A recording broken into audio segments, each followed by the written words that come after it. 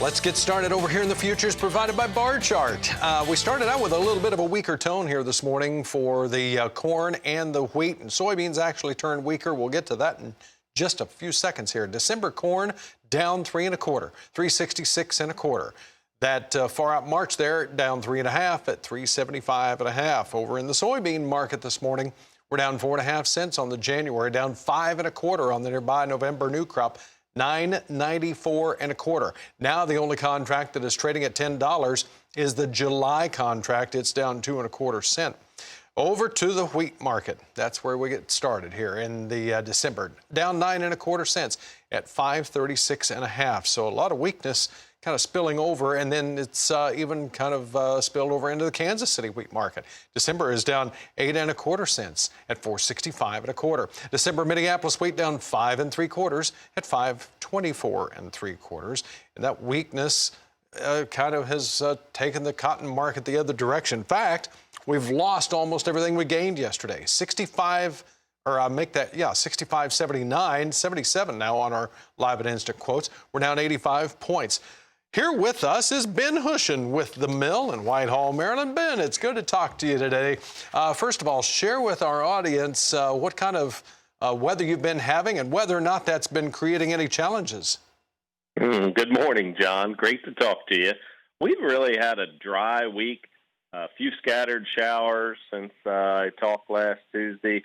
Generally low humidity, and this morning, John, we woke up 48 degrees, so we're beginning to think summer is maybe over finally.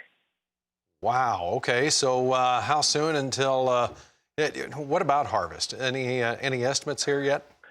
Well, it's interesting. Last week I was reading through. Penn State did their crop conditions tour, and I decided to jump in this morning and go look at some of the corn in the Maryland side of where they had seen some tough corn, and they definitely have had some negative effects out around Frederick County, Maryland, which is just about an hour west of where my office is, hour and a half.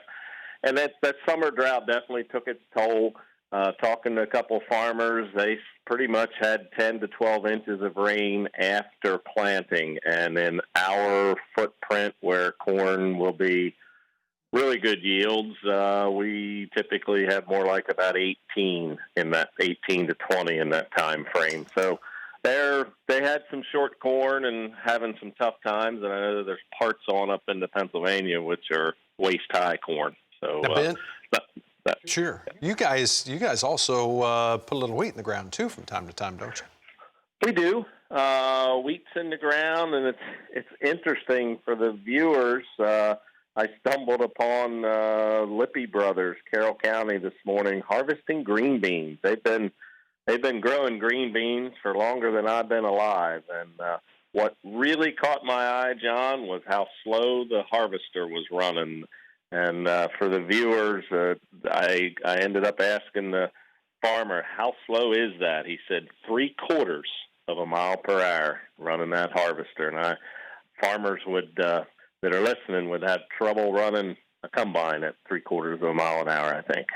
Oh, well, there are some unfortunate farmers that are in Iowa that may have to face something similar to that this year after that derecho. That was quite an interesting video. Thank you very much for sharing that with us. And tell everybody in your area hello from all of their family here at RFD TV and Rural Radio. Ben Hushon with the Mill here with us, and always good to visit with him. And we're going to be back in just a moment. See what's going on over the livestock trade. Started off with a little bit of weakness here this morning. We'll see if that is still the case right after this.